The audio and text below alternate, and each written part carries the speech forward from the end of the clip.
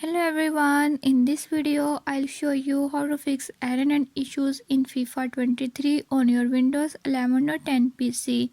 So to fix error and issues, follow every step as I am showing in this video, and don't forget to subscribe this channel. Hope so this will fix your problem.